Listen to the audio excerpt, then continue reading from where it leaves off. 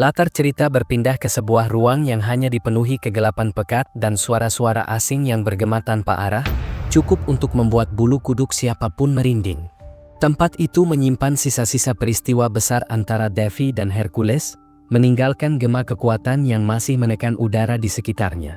Di tengah ruang itu terlihat Perseus, berdiri sendiri sambil berusaha menahan bisikan dan panggilan yang terus berdatangan, mencoba menjebaknya dari segala arah tanpa henti. Setelah melepaskan kekuatannya, Perseus kini mulai merasakan efek buruk yang sejak awal telah ia pahami sebagai konsekuensi tak terelakkan. Ia sadar sepenuhnya bahwa menggunakan kekuatan di tempat yang telah lama ditinggalkan merupakan keputusan yang sangat ceroboh. Namun pilihan itu tetap ia ambil, semata-mata demi menolong Devi, sosok yang telah ia percayai lebih dari siapapun. Kekuatan yang dilepaskannya saat itu memicu guncangan besar, membangunkan ribuan makhluk kegelapan yang kembali bergerak dan terus mencari sosok yang mereka anggap sebagai ratu, setelah sekian lama menghilang dari dunia. Seperti yang telah terjadi di masa lalu, Hades, yang telah menjadi dewa pedang, hanya mampu menyaksikan putri satu-satunya naik sebagai Raja Iblis dan menjadikan Perseus sebagai Raja Iblis ke-6. Hades membantu dengan menyingkirkan seluruh kandidat Raja Iblis lainnya, menjadikan Perseus makhluk yang nyaris tak terkalahkan. Namun di saat yang sama, Hades juga mengetahui bahwa takdir anaknya telah digariskan oleh Dewi Freya, pencipta keseimbangan dunia. Seluruh luka, penderitaan, dan kepedihan ayah dan anak itu akhirnya berakhir ketika Hades, sebagai pahlawan, harus menaklukkan anaknya sendiri dan menyegel jiwa Perseus selamanya sebagai spirit. Semua kisah kelam itu telah lama dipendam oleh Perseus jauh di dalam dirinya. Namun rangkaian kejadian yang baru saja terjadi membuatnya tak lagi mampu menahan beban tersebut. Satu-satunya cara untuk menghentikan kekacauan yang menimpanya adalah dengan mengorbankan dirinya sendiri. Perseus menyadari bahwa sebagai penguasa kegelapan yang telah menyatu sepenuhnya dengan esensi gelap, dunia tidak akan pernah lagi terlihat sama seperti sebelumnya. Setelah menghabiskan banyak waktu bersama Devi dan menyaksikan bagaimana sosok itu melindungi orang-orang yang disayanginya tanpa ragu, keraguan Perseus perlahan memudar. Dalam kebimbangan yang menyesakkan, Perseus akhirnya mengambil keputusan untuk kembali menjadi Raja Iblis demi melindungi semua orang, termasuk Devi. Ia menemukan tujuan baru untuk bangkit dan memikul kembali gelar yang pernah ia tinggalkan. Perseus juga menyampaikan penyesalan kepada Devi karena telah mengambil keputusan besar tanpa meminta persetujuan sebelumnya. Meski langkah yang akan diambilnya tampak bodoh dan berbahaya, Perseus tetap melangkah karena itu adalah aliran takdir yang tak dapat dihindari. Malam itu, di kamar tidur Devi, sebuah keputusan besar diambil. Keputusan yang bukan hanya mengubah arah hidup Perseus, tetapi juga menjadi awal dari kemunculannya kembali ke dunia. Ketika matahari pagi mulai menyingsing di wilayah Hades, sebuah sihir teleportasi muncul di pintu masuk utama kota. Dari dalam portal itu, kereta-kereta kuda bermunculan dan memasuki wilayah Hades dengan jumlah yang jauh lebih banyak dibandingkan saat Devi berangkat sebelumnya. Kepulangan kali ini membawa banyak hal istimewa yang menyertainya. Setelah kegaduhan yang terjadi di kerajaan Hyun, Devi berhasil membawa kembali adiknya dan membatalkan pertunangan yang sempat direncanakan. Maria turut berada dalam rombongan, berperan sebagai sandera sekaligus sebagai bentuk penebusan atas kekacauan yang pernah terjadi. Selain Maria, beberapa pelayan dan pengawal pribadi juga ikut bersama Devi sesuai permintaan sebelumnya. Gung termasuk di antara mereka yang kembali ke wilayah Hades. Rombongan besar itu menandai berakhirnya satu rangkaian masalah panjang, sekaligus menjadi awal dari gelombang peristiwa baru yang perlahan namun pasti mulai mendekat. Perjalanan dari kerajaan Hyun menuju wilayah Hades seharusnya memakan waktu beberapa hari penuh. Namun kondisi Devi yang belum pulih sepenuhnya setelah peristiwa di reruntuhan memaksanya mengambil keputusan berbeda. Demi dapat segera beristirahat dan memulihkan tubuhnya, Devi memilih menggunakan sihir teleportasi agar bisa tiba jauh lebih cepat dari perkiraan. Kepulangannya disambut layaknya seorang penguasa yang dicintai rakyatnya. Tawa, sorak gembira, dan rasa sukacita memenuhi gerbang wilayah Hades. Sambutan semacam itu selalu menjadi hal yang dinantikan Devi, karena Hades bukan sekadar wilayah kekuasaan, melainkan rumah sekaligus tempat ternyaman untuk beristirahat. Setiap sudut kota menyimpan rasa familiar yang menenangkan, seolah menegaskan bahwa inilah tempat di mana dirinya benar-benar diterima.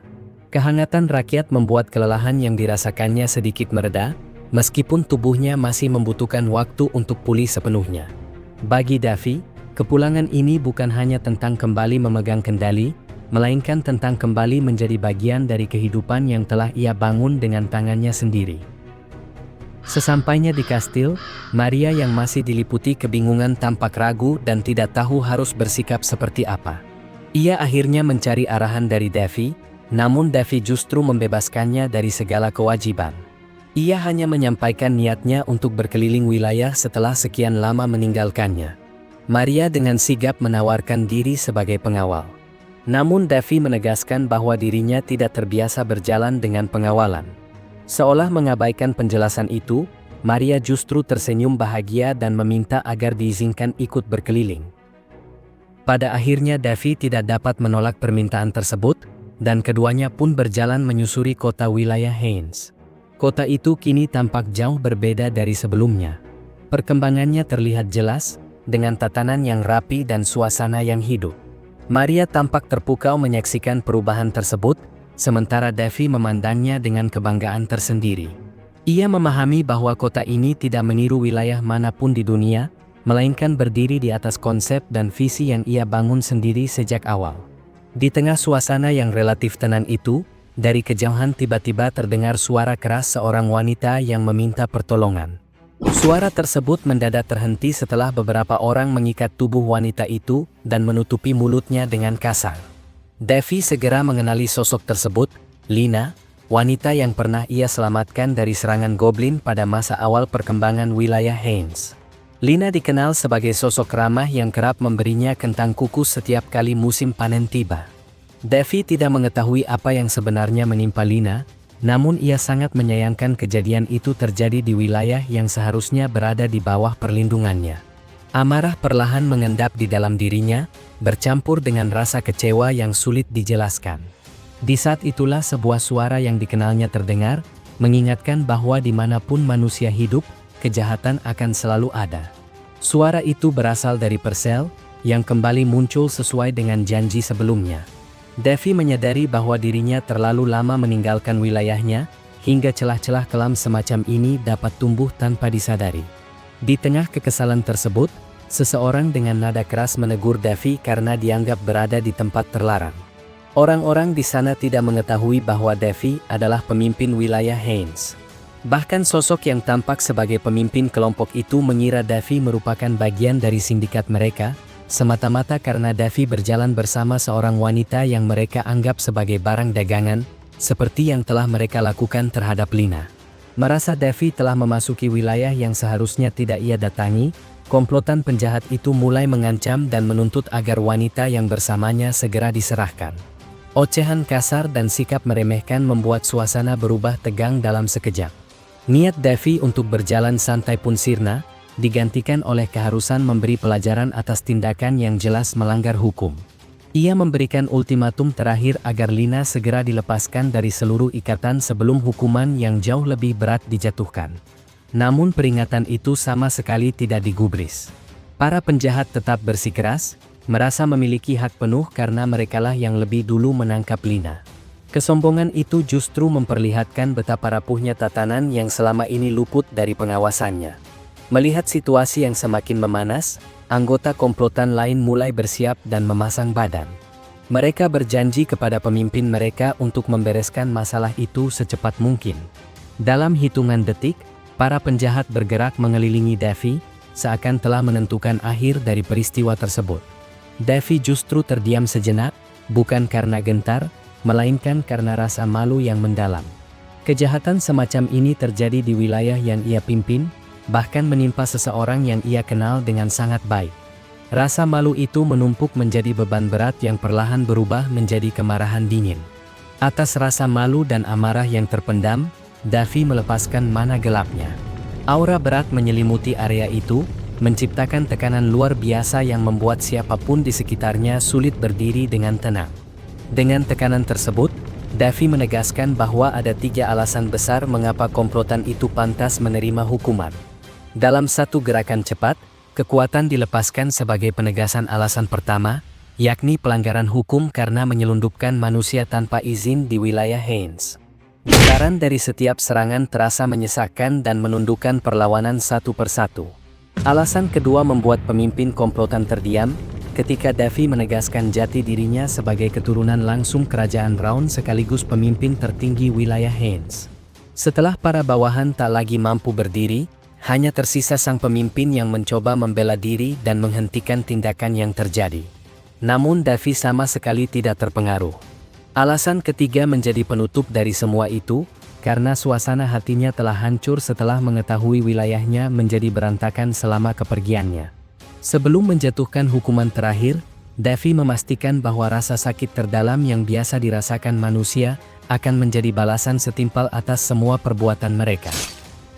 Siang itu terjadi kegaduhan yang luar biasa di dalam kastil karena Davy diliputi amarah atas kejahatan yang ditemukan di wilayahnya. Davy murka kepada para prajurit yang membiarkan para penjahat beraksi bahkan di siang hari dan di tempat yang terbuka, serta menyebut bahwa seluruh penjaga telah lalai menjalankan tugas. Para prajurit segera menunjukkan sikap bersalah dan menyampaikan penyesalan atas semua kelalaian yang terjadi.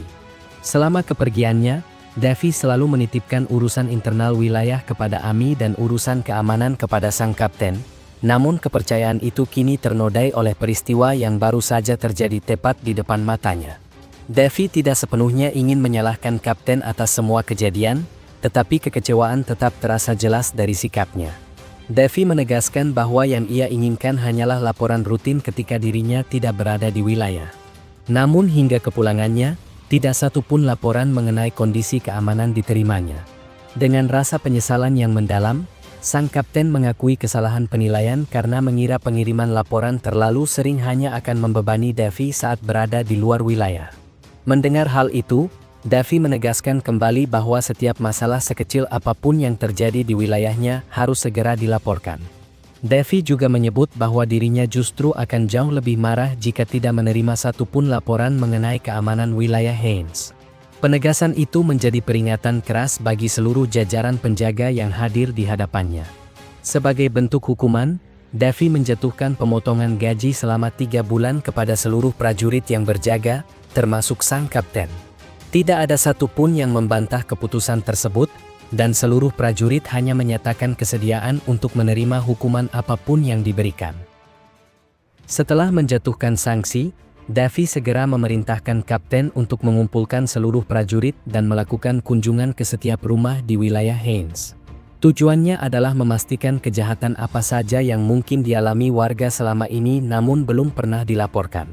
Siang itu juga, Davy bergerak cepat menyelesaikan persoalan keamanan wilayahnya tanpa menunda sedikit pun. Di sela-sela penanganan keamanan, Davy tetap menyelesaikan seluruh urusan administrasi wilayah. Semua surat dan laporan dibereskan pada hari yang sama, termasuk dokumen resmi mengenai pembatalan pertunangan antara Raja Kerajaan Hyun dan adiknya. Setelah seluruh urusan itu rampung, Aina tiba secara tiba-tiba dan menyapanya setelah sekian lama Davy meninggalkan wilayah Haines. Kedatangan Aina membawa laporan yang sebelumnya diminta Davy mengenai organisasi gelap di wilayah Haines. Dalam laporan tersebut dijelaskan bahwa terdapat 2 organisasi gelap yang merupakan cabang baru dari jaringan besar yang berpusat di benua timur dan benua tengah. Davy sebelumnya telah mengetahui bahwa organisasi tersebut bergerak sebagai penyelundup manusia, budak, dan organ, serta tidak ragu menipu, mengancam, dan melenyapkan nyawa target demi keuntungan mereka. Davy menanyakan bagaimana Lina bisa sampai diculik, dan Aina menyampaikan hasil investigasinya dengan rinci. Dalam kasus tersebut, organisasi gelap diduga melakukan pemerasan yang telah direncanakan.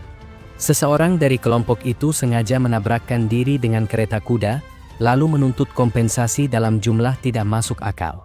Ketika tuntutan itu tidak dapat dipenuhi, kejadian tersebut dijadikan alasan untuk menculik Lina. Aina juga menyebutkan seluruh sindikat yang terlibat, termasuk dokter dan hakim yang menerima suap sehingga kejahatan itu dapat berjalan seperti yang Davy saksikan. Fakta tersebut kembali membangkitkan amarah Davy, karena kejahatan itu tidak hanya dilakukan oleh penjahat jalanan, tetapi melibatkan orang-orang yang seharusnya menegakkan hukum. Bagi Davy, Hal itu menandakan bahwa kerusakan telah menjalar jauh ke dalam sistem wilayahnya. Merasa situasi jauh lebih buruk dari perkiraan awal, Davi meminta estimasi jumlah korban dari dua organisasi tersebut. Namun hingga saat itu, Aina belum dapat memastikan jumlah pastinya. Aina hanya menyebutkan kemungkinan jumlah korban masih sedikit, tetapi Davi tidak ingin memberi ruang sedikit pun bagi organisasi itu untuk berkembang. Davi segera menetapkan langkah yang ia sebut sebagai operasi pembersihan, dimulai dari penjara bawah tanah tempat para kriminal ditahan. Di tempat itu, pemimpin penjahat yang sebelumnya ditangkap masih bersikeras bahwa dirinya hanya menjalankan bisnis sesuai prosedur. Ia bahkan mengklaim semua tindakannya telah dilegalkan oleh keputusan para hakim di wilayah Haines. Sikap itu justru semakin memperjelas betapa dalamnya jaringan korupsi yang telah mengakar. Pria tersebut menunjukkan berbagai bukti yang dimilikinya, mulai dari hasil pemeriksaan medis hingga keputusan hakim yang menyerahkan Lina sebagai bentuk penebusan karena ketidakmampuan membayar ganti rugi. Davi mengetahui dengan jelas bahwa seluruh dokumen itu ada berkat suap yang dilakukan. Davi menegaskan bahwa rakyat biasa tidak mungkin memahami isi keputusan hukum yang rumit, meskipun pria itu tetap bersikeras telah memberikan penjelasan sebelum tanda tangan diberikan. Davi mengesampingkan pembelaan tersebut dan beralih pada surat keterangan dokter. Ia menjelaskan bahwa kejadian sebenarnya adalah tabrakan yang disengaja untuk memeras korban demi kompensasi besar. Untuk menegaskan kebenaran itu, Davi telah membawa orang-orang yang mengetahui seluruh rangkaian kejadian, termasuk pihak lain yang sebelumnya juga menjadi korban. Davi menahan tawa getir ketika menyadari laporan medis menyebutkan waktu pemulihan 6 bulan hanya untuk luka lecet ringan, sebuah kebohongan yang mudah terbongkar. Mereka lupa bahwa Davi dikenal sebagai seorang saint sejak usia muda. Dengan seluruh fakta yang terungkap, pria penjahat itu tidak lagi memiliki ruang untuk membela diri. Davi menyatakan bahwa seluruh pihak yang terlibat, termasuk organisasi besar di belakangnya, akan dihancurkan hingga ke akarnya. Ancaman bahwa organisasi tersebut jauh lebih besar tidak sedikit pun menggoyahkan Davi, karena kedudukannya kini setara penguasa besar dengan berbagai ras dan kekuatan di belakangnya.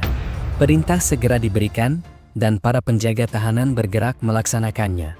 Penjaga itu bukan manusia, melainkan monster undead hasil pertempuran Davi melawan necromancer sebelumnya, jiwa-jiwa yang tak dapat kembali ke alam baka dan kini dimanfaatkan untuk menjalankan tugas di wilayah Haines. Davi memerintahkan para monster itu untuk membawa seluruh tahanan menuju pembangkit listrik dan memperlakukan mereka tidak lagi sebagai manusia. Dalam pikirannya, sangat disayangkan jika satupun sumber daya dilewatkan begitu saja, terlebih ketika wilayah Haines masih dapat dikembangkan lebih jauh. Dari sudut pandang Davi, para kriminal itu telah kehilangan haknya sebagai warga dan kini hanya tersisa nilai guna. Sebuah ide licik terbentuk, sesuatu yang bahkan tidak pernah terpikirkan oleh siapapun sebelumnya.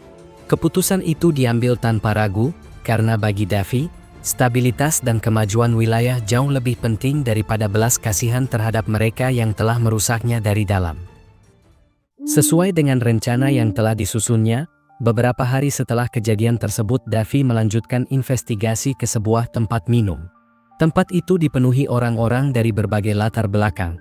Sebagian tampak sekadar bersantai, sementara yang lain diam-diam bertukar informasi dan menjalankan bisnis tersembunyi.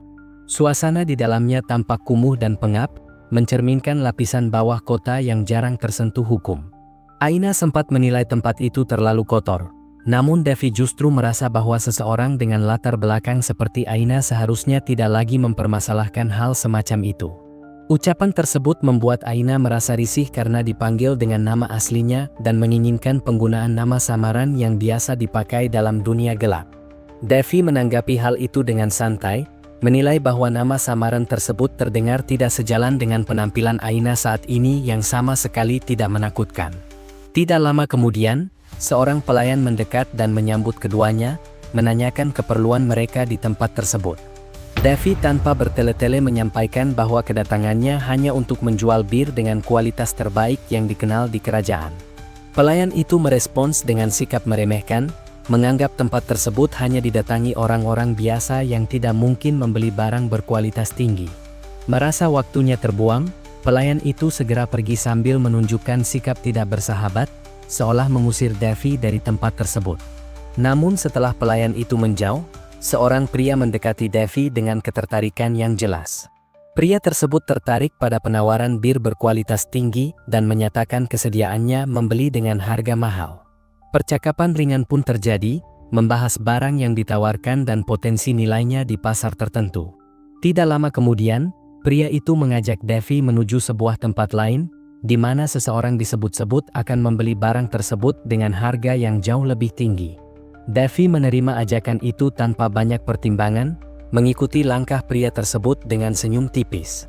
Di dalam benaknya, Devi menyadari bahwa rencananya berjalan jauh lebih mulus dan mudah dibandingkan dengan perkiraan awal. Ruangan yang mereka tuju terletak jauh dari pusat keramaian, tersembunyi di balik lapisan keamanan yang dijaga dengan sangat ketat. Setiap orang yang ingin masuk diwajibkan menyebutkan sandi khusus sebagai kode pengaman. Setelah melewati penjagaan tersebut, Devi dan Aina disambut oleh seorang pria yang dipanggil bos oleh semua orang di ruangan itu. Pria yang sebelumnya mengantar mereka segera memperkenalkan Devi sebagai sosok yang ingin berbisnis. Dari raut wajahnya terlihat jelas bahwa sang bos tidak sepenuhnya senang, karena kehadiran penguasa wilayah Haynes membuat situasi bisnis mereka semakin sulit. Di hadapan Aina dan Devi, bos para penjahat itu merendahkan Devi sebagai anak ingusan yang dianggap hanya bermain-main. Mendengar anggapan tersebut, Purcell hanya tertawa lepas, begitu pula Devi yang merasakan perasaan lucu sekaligus jengkel. Suasana yang semula dipenuhi tawa ringan mendadak berubah ketika kecurigaan mulai muncul. Sang bos memerintahkan semua orang untuk tetap waspada dan tidak lengah sedikit pun. Sebagai langkah pengamanan, para anggota organisasi segera mengepung Aina dan Devi, memastikan bahwa keduanya bukan bagian dari pihak penguasa wilayah Haynes yang tengah memburu mereka. Ketegangan perlahan meningkat, meskipun Devi tetap mempertahankan sikap tenang. Setelah merasa cukup, bos tersebut meminta Devi menunjukkan barang yang ingin dijualnya, sesuai dengan informasi yang disampaikan oleh anak buahnya sebelumnya.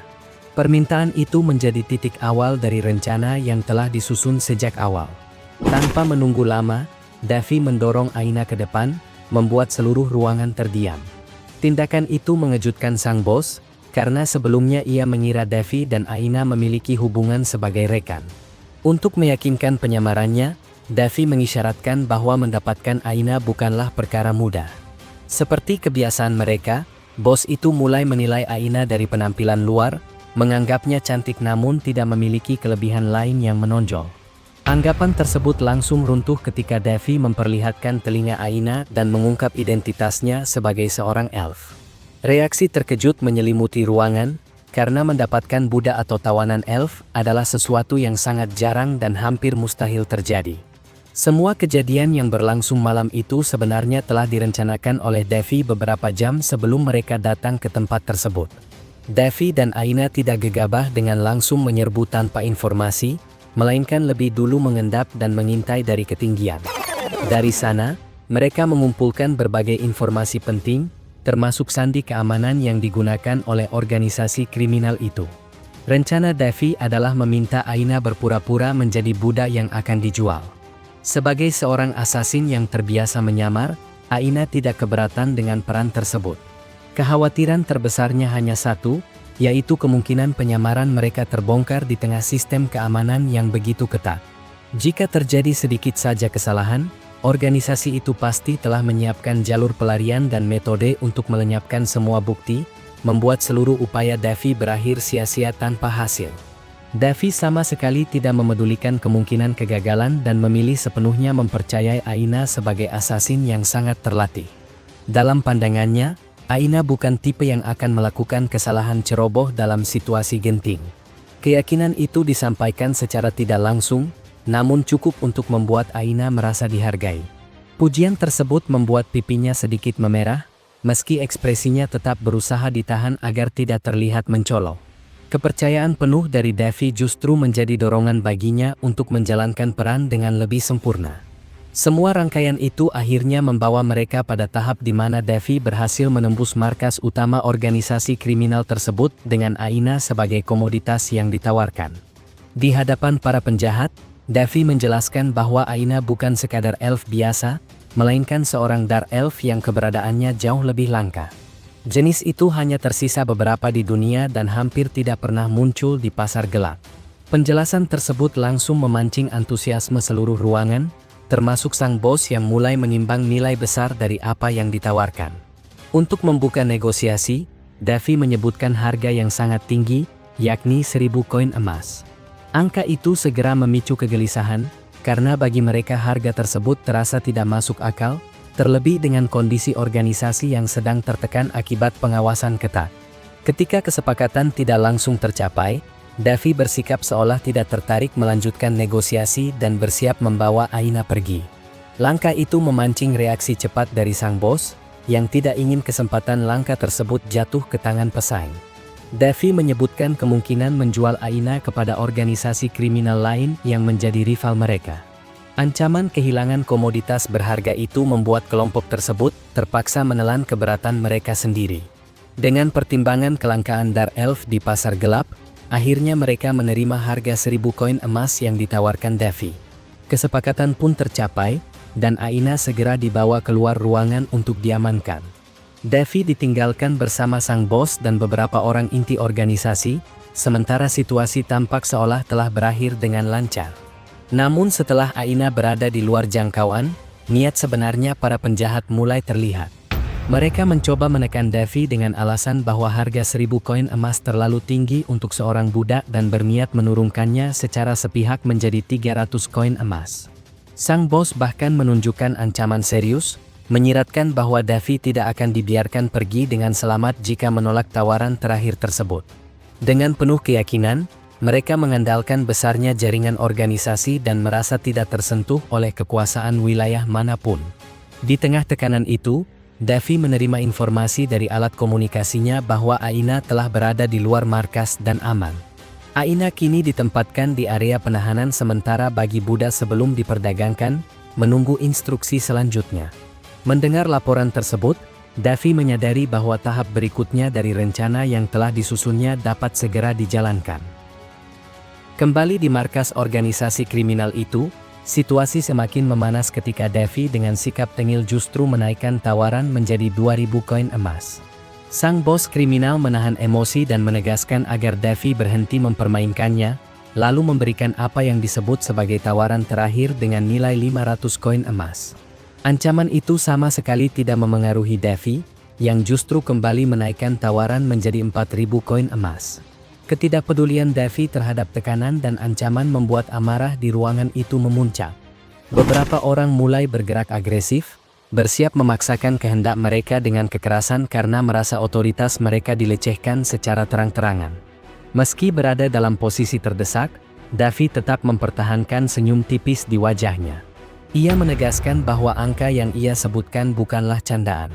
Sambil mengamati sekeliling, perhatian Davy tertuju pada seorang pria yang sejak tadi hanya duduk diam dan mengamati tanpa ikut campur. Davy menyindir keberadaan pria tersebut dengan nada provokatif, membuatnya terkejut dan kehilangan ketenangan. Sejak awal, Davy telah menyadari bahwa sosok itulah pemimpin sesungguhnya yang mengendalikan seluruh markas dari balik layar. Provokasi yang terus dilontarkan Davy perlahan mengikis kesabaran pria tersebut, hingga amarahnya tak lagi dapat disembunyikan.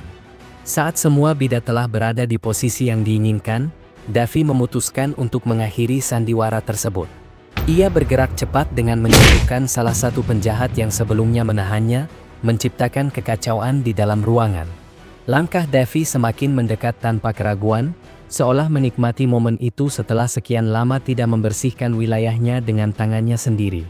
Ia kemudian membuka jubah yang digunakan sebagai penyamaran, menyingkap identitasnya secara terbuka. Dengan satu isyarat sederhana, Davy memberikan tanda kepada Aina untuk memulai tahap akhir dari rencana mereka. Tak lama berselang, sebuah ledakan dahsyat mengguncang bangunan lain, tepat di lokasi tempat Aina sebelumnya ditahan.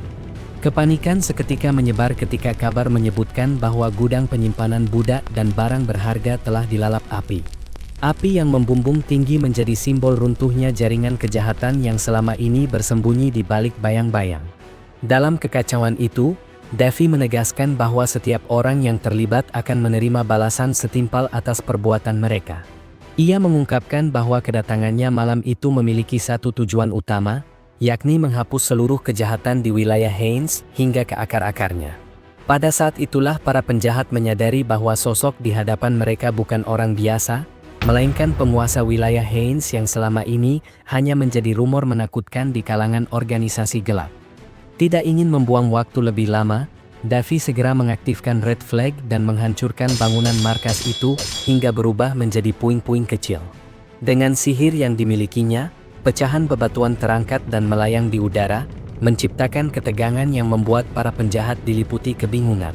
Tidak ada yang memahami apa yang akan terjadi selanjutnya. Sesaat kemudian, seluruh puing yang melayang itu jatuh kembali dengan kecepatan tinggi. Davy menamai teknik tersebut hujan 1000 meteor.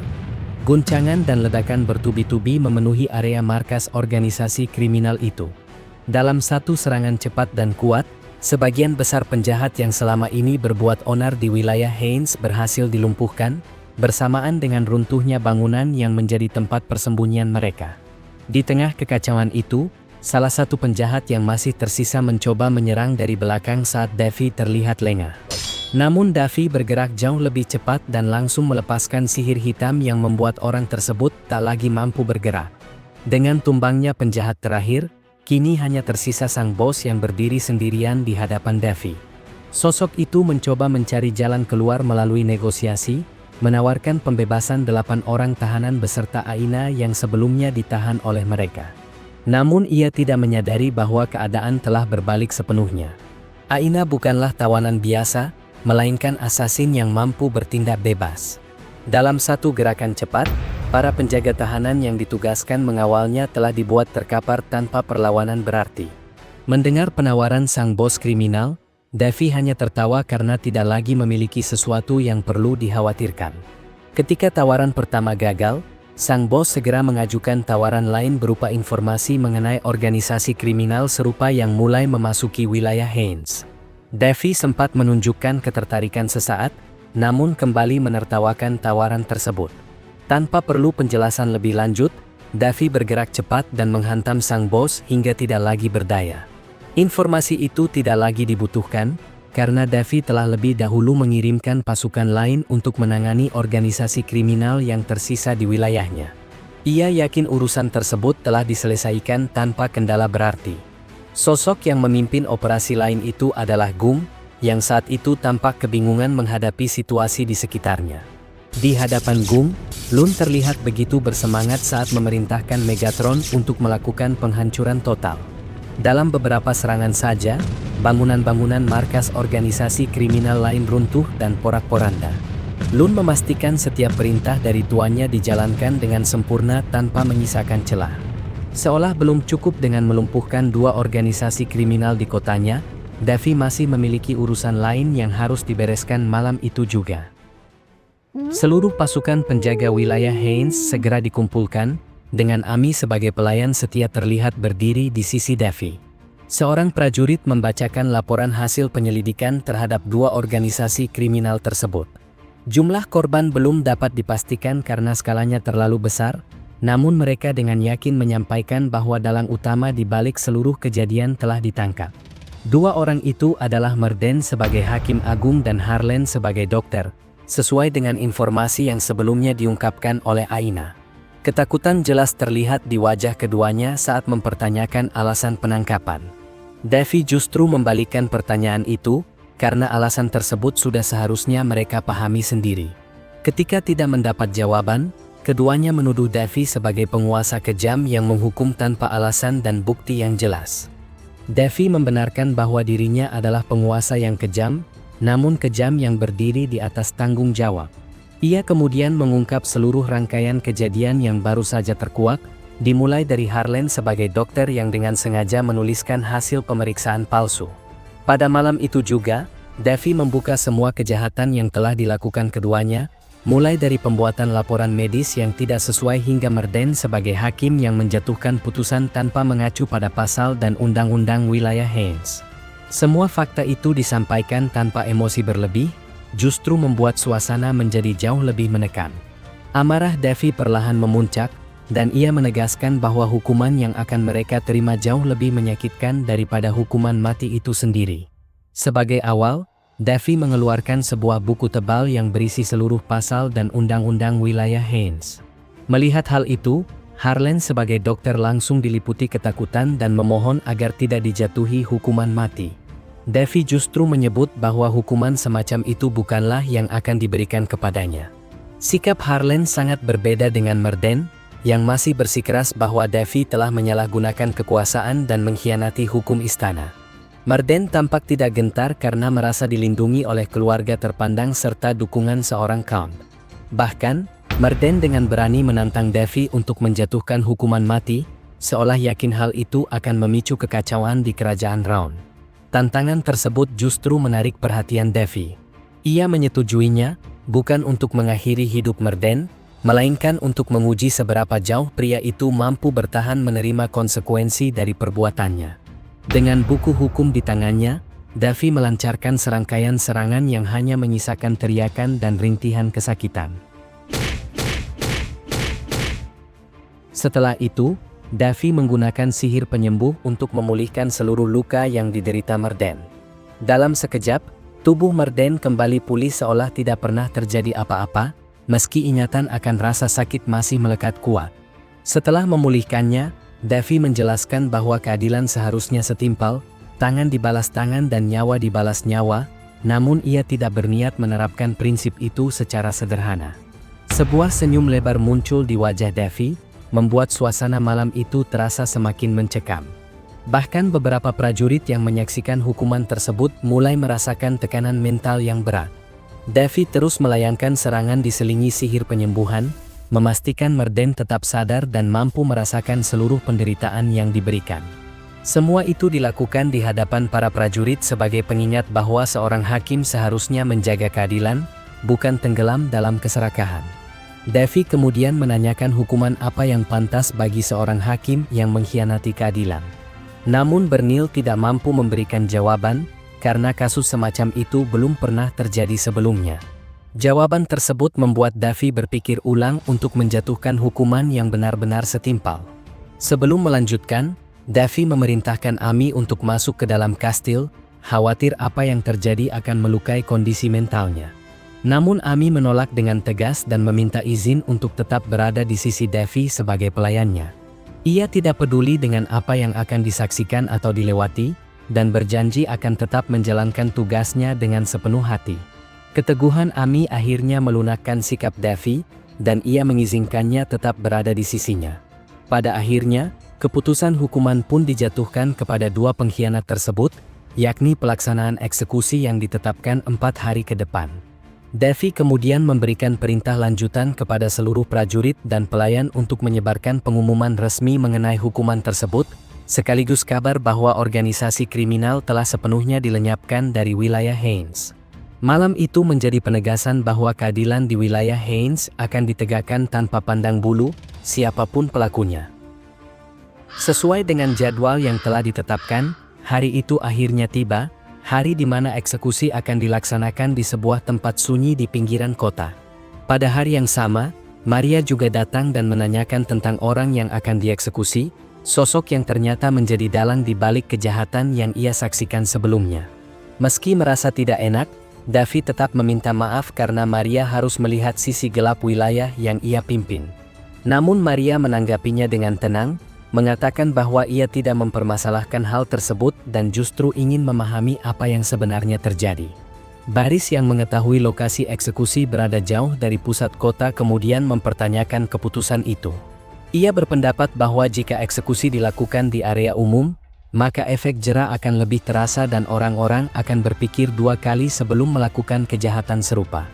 Mendengar pendapat itu, Davy langsung memberikan sentilan tajam, merasa adiknya yang kelak akan menjadi raja belum memahami hal-hal mendasar dalam memimpin wilayah. Davy lalu memberikan sebuah tugas kepada Baris, memintanya untuk memikirkan alasan mengapa eksekusi tidak dilakukan di kota, melainkan di pinggiran, tanpa memberikan batas waktu yang jelas. Tugas itu bukan sekadar teguran, melainkan latihan. Davy sengaja melakukannya untuk mempertajam cara berpikir Baris dan mempersiapkannya sebagai calon raja yang mampu melihat suatu persoalan dari berbagai sudut pandang. Setelah eksekusi selesai, Davy tidak berlama-lama di tempat itu karena masih banyak urusan lain yang menantinya hari itu. Ia melanjutkan perjalanan dengan membawa dua adiknya yang lain, Tanya dan Winley, meninggalkan baris untuk menyelesaikan tugas pemikirannya sendiri. Dalam perjalanan, ketiganya memasuki sebuah hutan lebat di pinggiran wilayah Haynes. Tanya sempat bertanya kemana tujuan mereka, namun Davy hanya menjawab singkat bahwa ia ingin menunjukkan sebuah pemandangan yang sangat sulit, bahkan hampir mustahil, untuk dilihat di dunia ini. Tanya masih tampak khawatir karena mereka meninggalkan baris sendirian, tetapi Winley dengan santai mengatakan bahwa baris memang harus menyelesaikan tugasnya terlebih dahulu sebelum ikut bersama mereka. Winley kemudian bertanya jawaban seperti apa yang sebenarnya ingin didengar Davy dari baris. Davy menjawab bahwa tidak ada jawaban yang benar atau salah untuk pertanyaan tersebut. Yang ia inginkan hanyalah proses berpikir yang mendalam, sesuatu yang akan sangat dibutuhkan baris ketika kelak memimpin kerajaan. Purcell yang ikut mendengar pembicaraan itu perlahan mulai memahami alasan Davy memilih lokasi eksekusi di pinggiran kota. Davy pun akhirnya menjelaskan bahwa kedua pilihan, baik di kota maupun di luar kota, memiliki kelebihan dan kekurangan masing-masing, dan tidak ada yang mutlak lebih baik. Setelah menunggangi kuda cukup lama, mereka akhirnya tiba di tempat yang dijanjikan Davy. Lokasi itu tersembunyi di balik lebatnya hutan, sebuah sungai yang sangat luas dan mengalir dengan deras. Begitu sampai, Davy segera turun dari kudanya dan disambut oleh Golda beserta para dwarf lainnya. Golda melaporkan bahwa seluruh material dan persiapan yang dibutuhkan telah selesai dikumpulkan. Ia juga mengakui bahwa desain yang diberikan Davy sangat rumit, namun para dwarf yakin mampu mengerjakannya meski membutuhkan waktu yang sangat lama. Menurut perhitungan Golda, proyek tersebut membutuhkan waktu paling cepat 10 tahun dan bisa mencapai 30 tahun hingga benar-benar beroperasi penuh. Mendengar itu, Winley yang terkejut langsung bertanya tentang apa sebenarnya yang ingin dibangun oleh Davy. Dengan nada bangga, Davy menjelaskan bahwa ia berencana membangun sebuah pembangkit listrik dari sebuah bendungan. Kedua adiknya hanya bisa terdiam, karena konsep tersebut benar-benar asing dan belum pernah ada di dunia mereka. Davy melanjutkan penjelasannya, mengatakan bahwa bendungan itu nantinya akan dimanfaatkan untuk menyediakan jaringan air bersih ketika wilayah Haynes memiliki penduduk yang lebih banyak. Selain itu, energi yang dihasilkan akan digunakan untuk menyalakan lampu-lampu di kota, membuat seluruh wilayah terang benderang tanpa bergantung pada batu mana bercahaya yang harus sering diganti. Lebih jauh lagi, Davy bahkan berencana membangun taman hiburan pertama di benua tersebut untuk menarik wisatawan dan meningkatkan kemakmuran wilayahnya. Davy menargetkan proyek ambisius itu selesai dalam waktu 1 bulan. Mendengar target tersebut, Golda sama sekali tidak yakin, mengingat mereka harus mengeringkan aliran sungai terlebih dahulu yang biasanya memakan waktu sangat lama. Namun Davy tetap percaya diri, menyatakan bahwa mereka tidak akan menggunakan cara biasa. Dengan mana gelapnya, Davy merapalkan sihir dan membangkitkan sejumlah pasukan undead. Makhluk-makhluk itu tidak mengenal lelah, tidak membutuhkan makan maupun istirahat, sehingga pekerjaan bisa dilakukan tanpa henti selama 24 jam. Selain pasukan undead, Davy juga membawa sejumlah anggota organisasi kriminal yang sebelumnya ditangkap untuk dijadikan pekerja paksa sebagai bentuk hukuman. Meski jumlah pekerja kini mencapai ribuan dan material telah tersedia, Golda tetap ragu proyek itu bisa selesai dalam 1 bulan. Davy hanya tersenyum tipis dan mengatakan bahwa ia belum menunjukkan semua rencana yang telah dipersiapkannya. Davy kemudian mengingatkan kedua adiknya tentang janjinya untuk memperlihatkan sebuah pemandangan yang belum pernah mereka lihat sebelumnya. Ia membuka ruang penyimpanannya dan mengeluarkan sejumlah benda yang dibuat langsung oleh Noah, sang Raja Spirit. Tanpa ragu, Davy melemparkan seluruh benda itu ke dalam sungai. Ia yakin, apa yang akan terjadi selanjutnya akan menjadi pemandangan yang tak akan pernah bisa dilupakan oleh siapapun. Davy menjelaskan bahwa sebagai manusia, kemungkinan untuk memanggil Raja Spirit saja sudah sangat kecil, dan peluang untuk menjalin kontrak bahkan lebih kecil lagi. Meski memahami betapa sulitnya hal tersebut, Tanya dan Winley tetap percaya bahwa kakak mereka mampu melakukan sesuatu yang dianggap mustahil oleh kebanyakan orang. Davy sendiri sadar bahwa membangun bendungan sebesar itu tidak akan cukup jika hanya dibantu oleh Noah. Karena itulah, ia telah merencanakan satu langkah besar berikutnya, memanggil Raja Spirit lainnya. Mana dalam jumlah besar dikeluarkan oleh Devi sambil membacakan kontrak yang digunakannya untuk memanggil Raja Spirit. Dengan suara tenang namun penuh keyakinan, Devi meminta pertolongan dewa agar membantunya mewujudkan rencana besar tersebut. Namun setelah mantra itu selesai dibacakan, tidak ada satupun perubahan yang terjadi di sekitar mereka. Sungai tetap mengalir seperti biasa, dan tidak ada tanda-tanda kemunculan entitas yang dijanjikan Devi sebelumnya. Kegelisahan mulai terasa di antara semua yang hadir. Di tengah suasana yang semakin canggung itu, Devi justru tersenyum polos. Dengan nada santai, ia mengaku kepada Percel bahwa dirinya lupa mantra asli yang biasa digunakan untuk memanggil Raja Spirit. Karena lupa dengan mantra pemanggilannya, Devi justru mendapatkan sebuah ide yang terdengar semakin tidak masuk akal. Ia memutuskan untuk menciptakan mantra baru yang lebih pendek, namun memiliki tujuan yang sama. Tanpa menunggu waktu lama, Devi langsung merapalkan mantra ciptaannya sendiri. Seketika itu juga, sungai di hadapan mereka bergejolak hebat, airnya terangkat tinggi seolah-olah ditarik oleh kekuatan yang tidak terlihat. Percel terperangah melihat kejadian itu. Ia tidak percaya ada manusia yang mampu memanggil Raja Spirit dengan mantra baru yang diciptakan secara spontan. Pada tahap itu, apa yang dilakukan Devi sudah jelas melampaui batas dan seakan menabrak hukum alam itu sendiri. Bahkan para dwarf yang terkenal berpengalaman hanya bisa terdiam menyaksikan fenomena yang belum pernah mereka lihat sepanjang hidup mereka. Lebih mengejutkan lagi, Devi justru menghina Raja Spirit yang akan dipanggilnya. Ia menyebut entitas itu sebagai lendir yang terbuat dari air, sebuah julukan yang terdengar sangat merendahkan. Julukan itu Devi dapatkan setelah melihat Yuria, sang master, memperlakukan Raja Spirit tersebut ketika mengajarinya di dimensi pahlawan. Baginya, sebutan itu bukanlah penghinaan kosong, melainkan cara untuk memancing reaksi. Seperti yang diharapkannya, Raja Spirit itu akhirnya menunjukkan keberadaannya. Entitas tersebut langsung murka setelah dipanggil dengan julukan yang tidak pantas oleh seorang manusia. Dengan amarah yang jelas terasa di udara, Raja Spirit itu mempertanyakan identitas Devi. Berani-beraninya seorang manusia memanggilnya dengan cara seperti itu. Melihat reaksinya, Devi justru tersenyum puas. Ia tahu bahwa rencananya telah berhasil. Baginya, kemarahan Raja Spirit itu bukanlah ancaman, melainkan tanda bahwa ia kini memiliki alat baru yang sangat berguna. Dengan keyakinan penuh, Devi merasa selangkah lebih dekat untuk mewujudkan semua ambisi besar yang telah ia rencanakan sejak awal. Karena Devi tidak kunjung menjawabnya, Raja Spirit itu langsung murka dan berusaha menyerang Devi yang berdiri tepat di hadapannya. Gelombang air raksasa bergerak liar, namun sebelum serangan itu menghantam mereka, sebuah batu besar tiba-tiba muncul dan menghalangi seluruh terjangan tersebut. Serangan mematikan itu pun terhenti seketika. Noah langsung dipanggil oleh Devi untuk melindungi mereka dari amukan Raja Spirit yang baru saja dipanggilnya. Berkat kehadiran Noah, serangan barusan tidak menjadi masalah besar.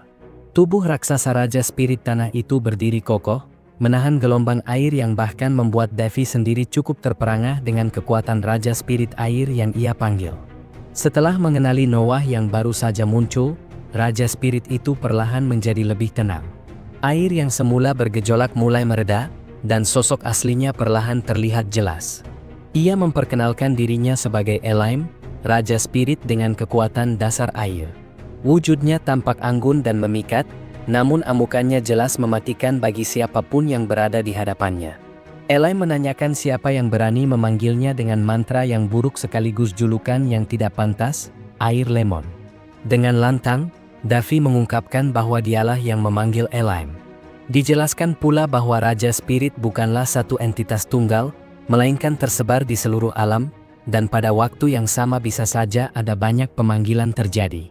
Namun dari sekian banyak Raja Spirit, ketika Devi memanggil dengan sebutan air lemon, maka Elaimlah yang muncul.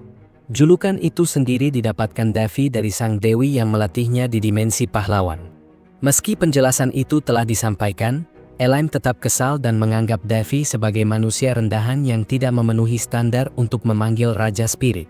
Devi hanya terdiam, menampilkan ekspresi angkuh khasnya tanpa sedikit pun niat untuk merendahkan diri.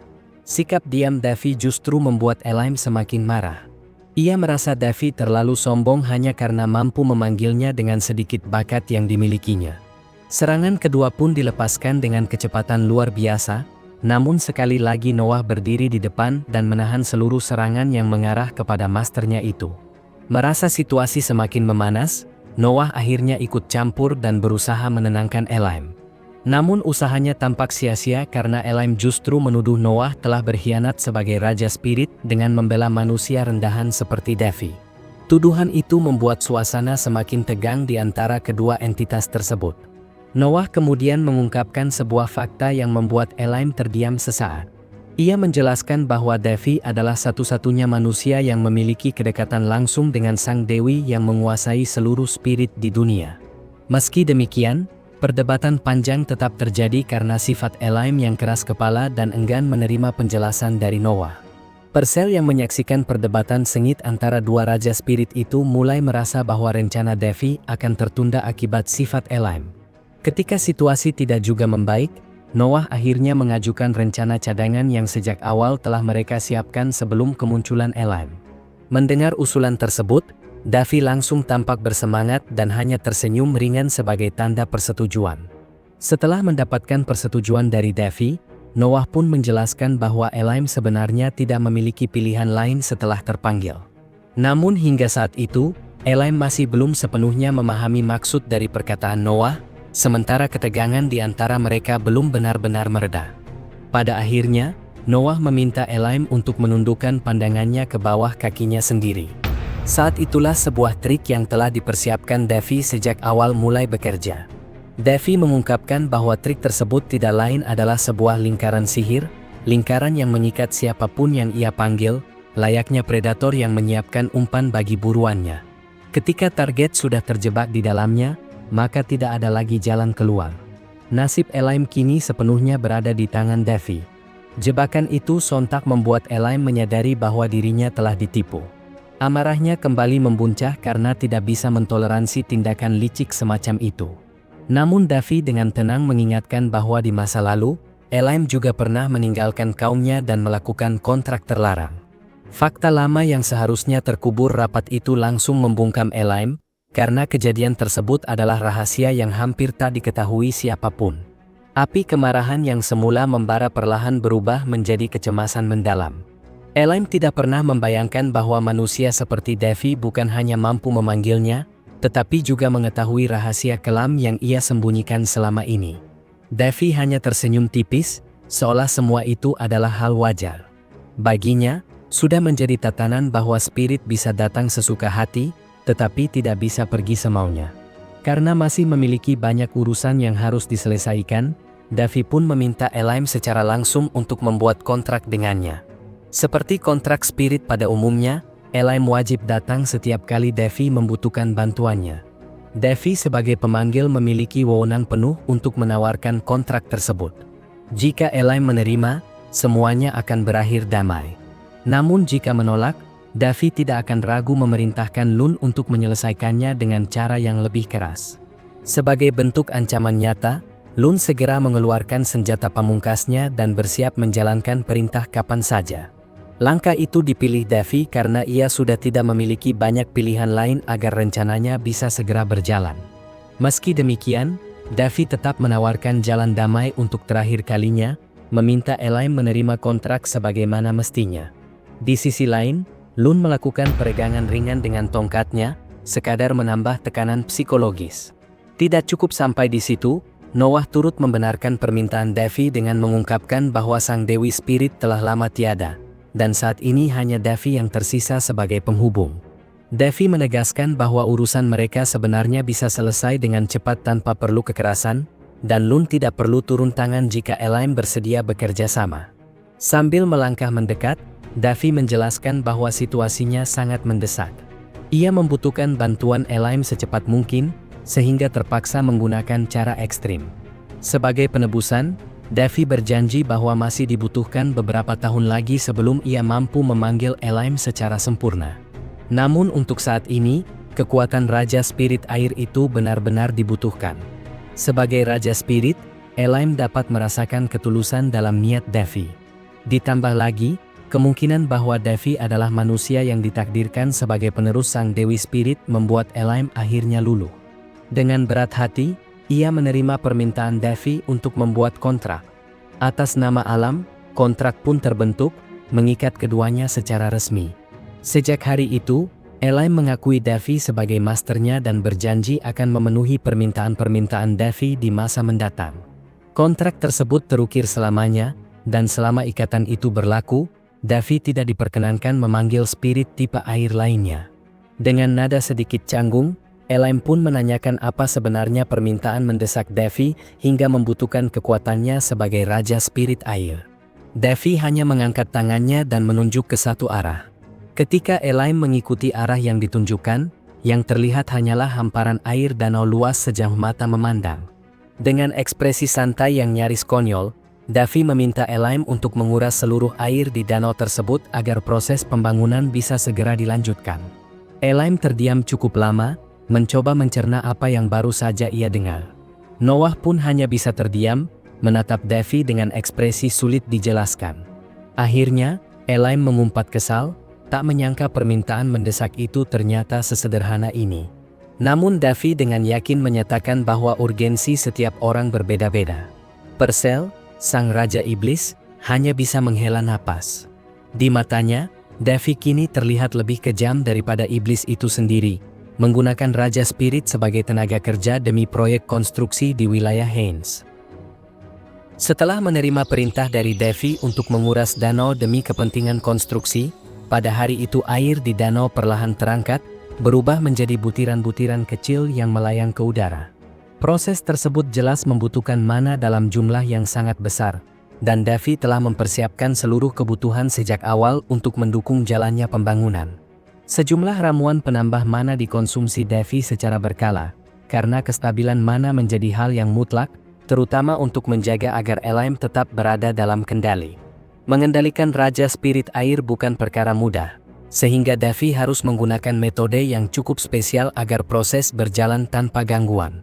Meskipun di dalam hatinya terdapat sedikit penolakan karena tindakan itu berpotensi merusak keseimbangan alam, Elaine tetap menjalankan perintah dari masternya.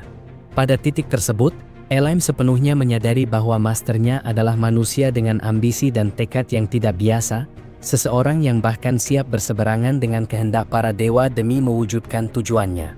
Hari demi hari berlalu, dan pembangunan terus dikebut dengan memanfaatkan seluruh sumber daya yang tersedia, mulai dari para Raja Spirit, para dwarf, hingga tenaga kerja lain yang berada di bawah kendali Devi. Perlahan, sebuah bangunan megah mulai terlihat di tengah area danau yang kini hampir mengering. Para monster undead turut dilibatkan dan bekerja tanpa henti, tanpa mengenal lelah atau kebutuhan istirahat. Selain itu, anggota organisasi kriminal yang sebelumnya ditangkap juga dijadikan pekerja paksa demi memaksimalkan seluruh potensi yang dimiliki Devi. Tidak ada satupun sumber daya yang disia-siakan, karena setiap tenaga dianggap memiliki nilai dalam proyek ambisius tersebut. Tanya sempat meragukan keputusan kakaknya yang mempekerjakan para penjahat yang sebelumnya membahayakan wilayah Haines. Namun Devi memiliki alasan yang jelas, selain membutuhkan tenaga mereka, para pelaku kejahatan itu sendiri memohon agar diizinkan bekerja. Ada yang berharap mendapat pengampunan, ada pula yang meminta hukuman paling berat, namun Devi hanya memiliki satu keputusan yang tak tergoyahkan. Tidak satu pun permintaan mereka akan dikabulkan, baik permohonan belas kasihan maupun permintaan untuk mengakhiri hidup mereka. Keputusan itu juga berlaku bagi sang hakim dan dokter yang telah berkhianat terhadap wilayah Haines. Keduanya memohon agar nyawa mereka diselamatkan, tetapi Devi sama sekali tidak berniat mengabulkan permintaan tersebut. Raut wajah Devi masih dipenuhi amarah dan kekecewaan, karena ia tidak pernah menyangka kejahatan sekejam itu berani dilakukan di wilayah yang berada di bawah kepemimpinannya. Dalam hatinya, Devi telah berjanji untuk tidak memberikan pengampunan sedikit pun atas pengkhianatan tersebut. Melihat kakaknya terus berada dalam kondisi tegang, Tanya merasa khawatir dan berinisiatif memberikan pijatan ringan untuk mengurangi beban di pundak Devi. Ia mengungkapkan keinginannya untuk membantu lebih banyak, meskipun ia sadar kemampuannya sangat terbatas. Bagi Tanya, membantu dengan cara sekecil apapun sudah cukup berarti selama bisa meringankan beban sang kakak. Devi sama sekali tidak mempermasalahkan keterbatasan tersebut. Ia justru meminta adiknya untuk menjaga kesehatannya dan tetap berada di sisinya untuk sementara waktu. Devi ingin memastikan kondisi wilayah benar-benar stabil sebelum akhirnya semua orang berpindah ke istana kerajaan Alraun, melanjutkan langkah besar berikutnya yang telah ia rencanakan sejak awal. Tanya menyampaikan keinginannya untuk tinggal lebih lama bersama kakaknya karena masih banyak hal yang ingin ia pelajari. Ia tidak memiliki sedikit pun niat untuk menjalani pernikahan dan merasa waktunya masih terlalu dini untuk memikirkan hal tersebut. Devi memahami keinginan itu, mengingat sejak kecil Tanya dibawa ke kerajaan Hyun dan tumbuh dalam lingkungan yang penuh aturan, tanpa banyak kesempatan memilih jalan hidupnya sendiri. Di usia 15 tahun, Devi memandang adiknya masih seharusnya belajar, bermain, dan menemukan minatnya, sama seperti remaja seusianya pada umumnya. Pada hari itu, Devi akhirnya mempersilakan Tanya untuk menetap di wilayah Haynes selama yang ia inginkan. Ia juga memberikan kebebasan penuh kepada adiknya untuk belajar atau mencoba berbagai bidang tanpa tekanan apapun. Bagi Devi, keputusan tersebut adalah cara terbaik untuk memberikan ruang tumbuh yang tidak pernah didapatkan Tanya sebelumnya. Selama wilayah Haynes masih berada dalam kendalinya, Devi bertekad menjadikannya tempat yang aman bagi keluarganya. Setelah menyelesaikan urusan di pinggiran kota, Devi kembali melanjutkan tugas lain yang tak kalah penting, yaitu mengonfirmasi korban yang hingga kini belum ditemukan. Kapten melaporkan bahwa masih ada 3 korban yang menghilang, terdiri dari 2 manusia dan 1 elf, yang diduga telah diselundupkan keluar wilayah Haynes. Kapten juga menyampaikan penyesalannya karena tidak mampu memperoleh informasi lebih jauh, mengingat organisasi kriminal tersebut bekerja dengan sangat rapi, tertutup, dan sistematis. Begitu mendengar adanya kejadian besar, mereka langsung menutup semua jejak tanpa celah. Devi memahami kesulitan tersebut, karena ia tahu betul betapa masif dan terorganisasinya pergerakan jaringan kriminal itu. Ketika para korban telah dibawa keluar wilayah, peluang untuk melacak keberadaan mereka menjadi sangat kecil, bahkan dengan bantuan sihir sekalipun. Situasi itu membuat Devi menyadari bahwa kemungkinan menemukan mereka hampir tidak ada. Dalam suasana itu, Devi menyinggung alasan lama yang membuat elf dan manusia kerap bermusuhan, lalu menjelaskannya sendiri sebagai akibat dari perbudakan yang berakar pada ketamakan terhadap kecantikan fisik para elf. Saat ini, Devi berada di posisi yang sangat sulit. Ia adalah sosok yang membawa para elf menuju jalan perdamaian dan kerjasama dengan manusia, namun justru di wilayah yang dipimpinnya, seorang elf kembali dijadikan korban oleh organisasi kriminal. Keadaan tersebut mendorong Devi mengambil kebijakan berisiko tinggi. Ia memerintahkan kapten untuk mengosongkan kastil, karena ada sesuatu yang sangat ia perlukan untuk menghadapi masalah ini. Dalam pikirannya terngiang sebuah pepatah lama, bahwa burung putih akan mengenali sesamanya, begitu pula burung hitam yang kini tengah mereka cari. Devi memutuskan untuk menempuh segala cara, bahkan jika itu berarti harus melanggar aturan dunia bawah yang selama ini dijaga dengan ketat. Ia siap menabrak seluruh peraturan tentang kerahasiaan, koneksi, dan keseimbangan yang telah lama dibentuk di sana. Untuk memulainya, Devi memanggil 3 organisasi informasi terbesar sekaligus, sebuah tindakan yang secara terang-terangan menyentil tatanan lama dunia bawah. Pertemuan itu jelas bukan perkara mudah, karena Devi harus menundukkan 3 ego besar yang selama ini berdiri sejajar dan saling menahan diri. Tanpa bertele-tele, Devi langsung menyodorkan sebuah berkas penting. Di dalamnya tercantum daftar organisasi kriminal yang terlibat serta nama-nama korban yang hingga kini belum ditemukan. Permintaannya sederhana, yaitu menemukan keberadaan para korban tersebut. Namun jawaban yang diterimanya sudah dapat diprediksi, karena ketika korban telah dijual keluar wilayah, peluang untuk melacak mereka menjadi sangat kecil. Devi memahami kenyataan itu, tetapi tetap melanjutkan langkahnya. Sebagai bukti keseriusannya, Devi meletakkan sebuah kantong besar berisi koin platinum sebagai uang muka. Ia menegaskan bahwa dirinya tidak mempekerjakan mereka secara terpisah, melainkan menuntut ketiga organisasi informasi terbesar di benua itu untuk bersatu. Devi menyatakan kesiapannya membayar berapapun harga yang diminta, selama permintaannya menjadi prioritas utama dan dikerjakan secepat mungkin. Sikapnya jelas menunjukkan bahwa ini bukan permintaan biasa. Sebagai permintaan awal, ketiga organisasi tersebut mengajukan harga yang sangat tinggi, yakni 3.000 koin emas untuk masing-masing organisasi. Tanpa ragu, Davy langsung menyetujui angka tersebut. Ia kembali menegaskan bahwa harga bukanlah masalah baginya. Meski demikian, para perwakilan organisasi informasi itu merasa Davy telah kehilangan akal, karena bersedia membayar semahal itu hanya untuk mencari keberadaan rakyat biasa yang tidak memiliki nilai politik atau ekonomi besar. Kesepakatan harga akhirnya tercapai, namun mereka tetap tidak berani menjanjikan hasil dalam waktu singkat. Menurut mereka, pencarian semacam ini bisa memakan waktu lama dan penuh ketidakpastian. Pernyataan tersebut membuat Davy merasa tersinggung. Ia menegaskan bahwa permintaannya kali ini bukan transaksi yang bisa ditawar seenaknya, karena menyangkut tanggung jawabnya sebagai penguasa wilayah. Davy kemudian memberikan ultimatum yang mengejutkan, yakni batas waktu maksimal 3 hari untuk menemukan para korban. Permintaan itu dianggap tidak masuk akal oleh salah satu perwakilan, yang langsung menunjukkan penolakan dan berniat meninggalkan pertemuan. Ia menyatakan bahwa organisasinya tidak akan menerima permintaan tersebut, meskipun imbalannya sangat besar. Bagi Davy, penolakan itu tidak berarti apa-apa, dan ia tidak mempermasalahkan jika ada yang memilih mundur. Dua perwakilan lainnya tampak bimbang. Mereka sadar misi ini hampir mustahil, bahkan jika seluruh jaringan informasi yang mereka miliki dikerahkan sekaligus. Melihat situasi semakin buntu, Davy mengambil inisiatif untuk menaikkan tawarannya. Ia menambahkan jaminan berupa akses informasi kejahatan di wilayah Haines jika suatu hari nanti mereka membutuhkannya, serta sebuah benda yang terbungkus kain tebal. Ketika kain penutup itu dibuka, mata ketiga perwakilan tersebut langsung terbelalak. Benda yang ditawarkan Davy jauh melampaui nilai emas dan informasi biasa.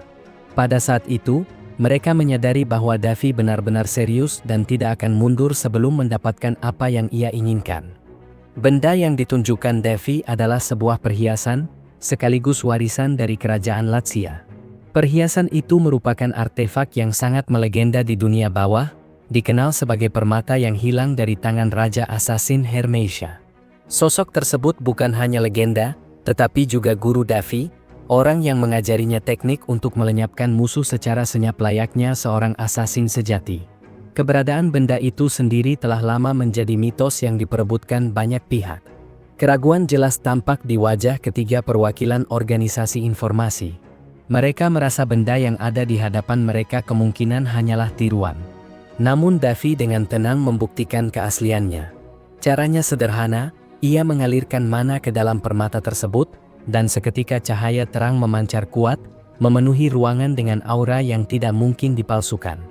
Pada titik itu, keraguan mereka mulai runtuh. Tawaran Davy yang begitu menggoda membuat perwakilan organisasi yang sebelumnya memilih mundur kini berpikir ulang dengan sangat serius. Ia sadar bahwa menolak berarti kehilangan kesempatan atas sesuatu yang nilainya nyaris tak terukur. Sementara itu, perwakilan lain dengan penuh keyakinan langsung menerima permintaan Davy dan berjanji akan mengerahkan seluruh kemampuan mereka untuk mendapatkan informasi secepat mungkin. Namun karena permata tersebut hanya satu, ketegangan langsung muncul di antara mereka. Perdebatan sengit tak terhindarkan, masing-masing ingin menjadi pihak yang dipilih Davy. Situasi itu sebenarnya sudah diperkirakan Davy, karena tawarannya memang terdengar tidak masuk akal, mencari 3 rakyat biasa dengan bayaran yang begitu luar biasa. Di tengah keributan itu, Davy akhirnya mengambil keputusan. Ia menetapkan sebuah kompetisi terbuka di antara ketiga organisasi tersebut. Uang muka tetap akan diberikan penuh kepada semuanya, namun permata warisan itu hanya akan menjadi milik pihak yang berhasil menemukan informasi paling cepat. Davy juga memberi kebebasan penuh kepada mereka untuk mundur kapan saja jika merasa misi ini terlalu berat. Meski begitu, nilai simbolis permata tersebut terlalu besar untuk diabaikan. Benda itu bukan hanya bernilai materi, tetapi juga memiliki makna sejarah yang menjadikannya incaran para kolektor kelas atas. Permata itu bisa dijual kembali dengan harga yang nyaris tak terbayangkan. Setelah perdebatan panjang, ketiganya akhirnya menyetujui syarat yang diajukan Davy, meski sadar misi ini sangat sulit. Ketiga perwakilan itu segera meninggalkan tempat pertemuan dan langsung menyusun rencana masing-masing. Sebagai organisasi informasi terbesar di benua, mereka memiliki jaringan luas dan metode tak terhitung jumlahnya. Dengan anggota yang tersebar di berbagai wilayah, menemukan orang-orang yang dicari Davy bukanlah hal yang sepenuhnya mustahil. Di balik semua itu, sesungguhnya yang sedang diuji adalah kredibilitas ketiga organisasi tersebut. Siapapun yang menang akan memperoleh reputasi yang jauh lebih besar di dunia bawah. Sementara itu, Davy sendiri menunjukkan ambisi yang tak tergoyahkan. Ia bertekad memastikan tidak ada satupun pihak yang mengusik kedamaian wilayahnya tanpa membayar harga setimpal. Bagi Davy, darah harus dibayar dengan darah. Demi itu, ia siap melanggar seluruh aturan yang ada. Dan hasilnya muncul jauh lebih cepat dari perkiraan. Hanya setengah hari setelah misi diberikan, perwakilan yang sebelumnya menolak justru menjadi yang pertama membawa kabar. Ia berhasil menemukan informasi tentang keberadaan para korban, lengkap dengan kondisi mereka secara mendetail. Kabar itu menjadi titik terang, karena sesuatu yang hampir mustahil kini berhasil dicapai dalam waktu yang sangat singkat. Davy memberikan pujian kepada ketiga organisasi informasi tersebut. Mereka bukan hanya terkenal karena nama besar, tetapi juga karena hasil kerja yang tak terduga dan jauh lebih cepat dari perkiraannya. Tiga perwakilan yang sebelumnya menemuinya adalah petinggi tingkat atas, sosok-sosok yang terkenal sangat sulit diajak bertemu, apalagi dikumpulkan dalam satu ruangan pada waktu yang sama. Jika bukan karena umpan berupa permata bernilai luar biasa itu, Davy menyadari bahwa misinya tidak akan semudah ini terlaksana. Di sisi lain, Purcell menatap permata yang masih berada di tangan Davy dengan tatapan penuh makna. Ia menyeringai tipis dan menyebut Davy sebagai penipu ulung. Dengan mudah Purcell menyadari bahwa permata tersebut sebenarnya palsu. Davy tidak membantah, justru tersenyum yakin. Menurutnya, permata asli tidak akan pernah muncul di dunia luar. Ia hanya mereplikanya dengan sempurna, baik dari tampilan maupun efek mananya, cukup untuk meyakinkan siapapun bahwa itu adalah artefak asli. Sepengetahuan Davy, permata warisan itu masih berada di suatu tempat yang dilindungi langsung oleh Hermesia. Ia tidak menutupi ambisinya, suatu hari nanti ia akan mengambilnya sendiri. Davy kemudian meyakinkan Purcell bahwa selama aksinya tidak terungkap, maka itulah yang disebut seni sejati. Seni menipu dengan sempurna, sebuah pelajaran yang ia dapatkan langsung dari Hermesia. Setelah itu, Lun yang berada di ruangan tersebut akhirnya bertanya mengapa Davy harus bersusah payah menggunakan jasa organisasi informasi dan tidak mencari para korban sendiri. Alasan Davy sederhana namun penuh perhitungan. Ia ingin menyebarkan rumor dengan cepat, rumor tentang seorang penguasa wilayah yang rela mengorbankan hartanya demi menemukan rakyatnya. Sebuah pesan yang harus terdengar sampai ke telinga dunia bawah dan dunia atas sekaligus. Lun menilai Davy terlalu banyak menghabiskan uang hanya untuk membangun citra semacam itu.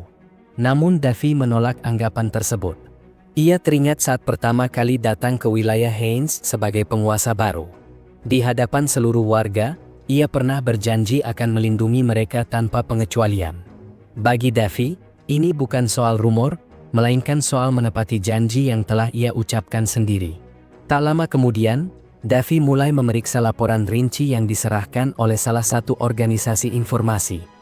Di dalam berkas itu tertulis bahwa lokasi terakhir para korban terdeteksi berada di Kerajaan Voltis. Sebuah kerajaan yang dahulu dikenal sombong dan selalu berbicara tentang kehormatan, namun kini telah runtuh. Kerajaan Voltis terletak tidak jauh dari Kerajaan Raun, dan sejak lama dikenal sebagai musuh bebuyutan. Voltis dijuluki sebagai negara para ksatria, karena kemampuan berpedang warganya berada di tingkat yang sangat tinggi. Namun semua kejayaan itu runtuh dalam satu malam. Kekacauan besar terjadi ketika sang pangeran, Valtian, mengamuk setelah melakukan kontrak terlarang dengan seorang vampir. Peristiwa itu menghancurkan wilayah Pelisti dan menyeret kerajaan Voltis ke dalam jurang kehancuran yang tak bisa dipulihkan lagi. Karena pada insiden tersebut terdapat banyak bangsawan yang ikut terlibat, mereka semua menuntut ganti rugi dalam jumlah sangat besar kepada kerajaan Voltis. Tuntutan itu terus menumpuk hingga akhirnya Voltis runtuh, terlilit utang yang mustahil dilunasi. Dari titik itu Davy memahami sepenuhnya alasan para korban penculikan kini berada di sana. Kerajaan yang terdesak kebutuhan dana akan dengan mudah melakukan pelelangan budak demi mendapatkan emas, meskipun tindakan tersebut jelas melanggar hukum. Purcell mengusulkan jalan damai dengan melemparkan sejumlah besar uang kepada raja atau bangsawan Voltis untuk menebus para korban. Namun Davy sama sekali tidak tertarik dengan cara tersebut. Sebagai langkah pertama, ia memilih menyelesaikannya dengan kata-kata, melalui sebuah surat resmi yang akan dikirimkan sebagai peringatan sekaligus penutup masalah. Jika cara itu gagal, Davy tidak akan ragu untuk turun tangan sendiri, meski hal itu berpotensi memicu keributan besar di sana. Dengan ditemukannya lokasi para korban penculikan, urusan Davy untuk sementara hampir mencapai titik akhir. Meski demikian, ia sadar bahwa tahap paling sulit justru baru akan dimulai. Keputusan telah dibuat, dan tidak ada ruang untuk mundur. Kerajaan Voltis kini berada dalam bidikannya. Latar kemudian berpindah ke sebuah tempat lain. Di sana terlihat seorang pengawal yang tengah menunggu sosok yang sedang berdoa dengan khusyuk. Sosok itu bernama Raina. Setelah menyelesaikan doanya, Raina berdiri dan bersiap melanjutkan perjalanan. Tatapannya tenang, namun tekad di baliknya terasa kuat. Raina menyebutkan bahwa tujuan mereka selanjutnya adalah sebuah tempat pelelangan, lokasi yang tidak lain berada di kerajaan Voltis. Dengan nada pasti, Raina berjanji akan menyelamatkan mereka yang tertawan dan dijadikan budak dalam pelelangan tersebut. Ucapannya bukan sekadar harapan, melainkan sumpah yang lahir dari keyakinan mendalam. Dengan demikian, tak diragukan lagi bahwa sebuah peristiwa besar tengah menanti. Kerajaan Voltis akan segera menjadi panggung bagi benturan kepentingan, ambisi, dan kehendak mereka yang menolak tunduk pada ketidakadilan.